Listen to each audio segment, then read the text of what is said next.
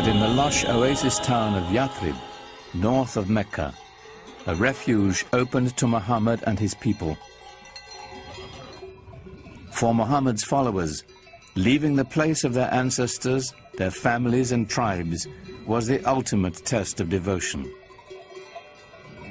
For the first time, they were bound together not by blood, but by faith.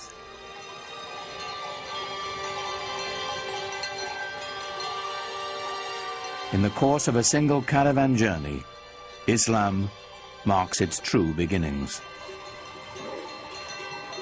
Their journey is known as the Hijrah. 622 in the Christian calendar marks the Muslim year 1. As his work succeeded, the town would become known as the city of the Prophet, Medina. Islam believes that God had revealed himself, his word, to mankind many times, to Moses, to Jesus, for example, but each time people went astray. La ilaha illallah, that beautiful phrase which many Muslims chant over and over in their mind or vocally to constantly remind themselves of the unity of God and the unity of what we should focus on in our life. The Muslim forces advanced to the outskirts of Mecca. It was a furious siege that lasted for nearly a month. Until, finally, the city fell to Muhammad.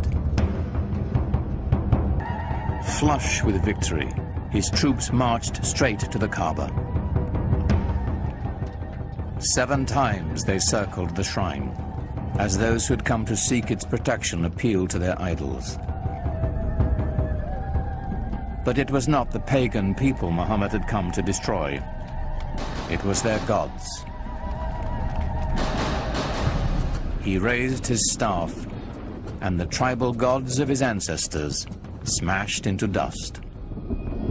When Muhammad entered Mecca and entered the shrine and destroyed the idols in the shrine, this is of great cultural and symbolic importance in Islam.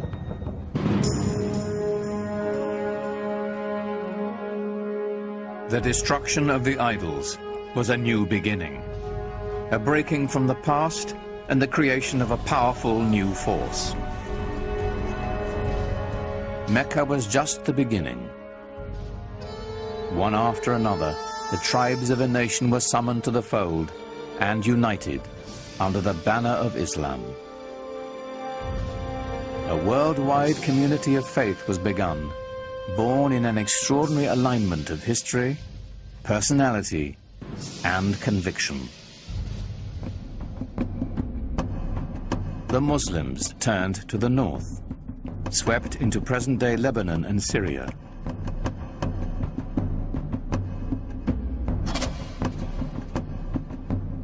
They continued west into Egypt and quickly across North Africa, fortifying the coastline of the Mediterranean. The lessons of the Quran, so successful for the Muslims in Medina and Mecca, were playing out on a global scale. This is something big and important. Islam has come to stay. In just 100 years, Muhammad's vision had transformed the spiritual and political map of the world, and his followers had established an empire larger than Rome. But Muhammad never lived to see it.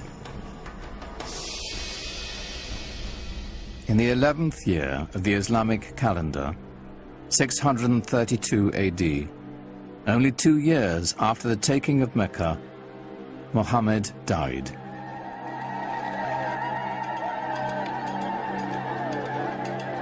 Medina fell into despair. For days, the city was consumed with sorrow and ceremony. He's known to have said that he wanted to be buried very simply, with no marker over his grave. He didn't want people to worship his grave. That would interfere with their worship of God. The the unifying power of one God, merciful and compassionate, the power of one people, bound by a common faith. Muhammad did not lead the conquest or create the empire to come. The transforming power of his message did. Out of that message would spring a font of knowledge that would transform humanity. As Islam continued to spread its reach far and wide. Awaiting the Muslims would be a new age. They would be destined for enlightenment, for new horizons, and a clash of great powers, the like of which the world had never seen.